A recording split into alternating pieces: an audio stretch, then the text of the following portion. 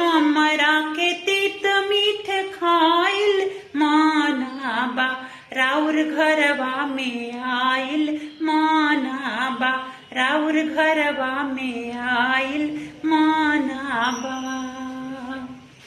ई लाल लाल आँख ना दिखाई जाके बहरे बिछौना बिछाइए।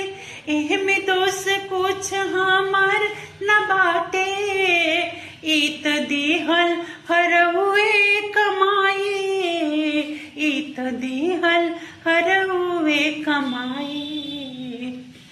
एह घरे हमारा पर ढेर खिसियाइल मानाबा राउर घरवा में आइल मानाबा राउर घरवा में आइल मानाबा।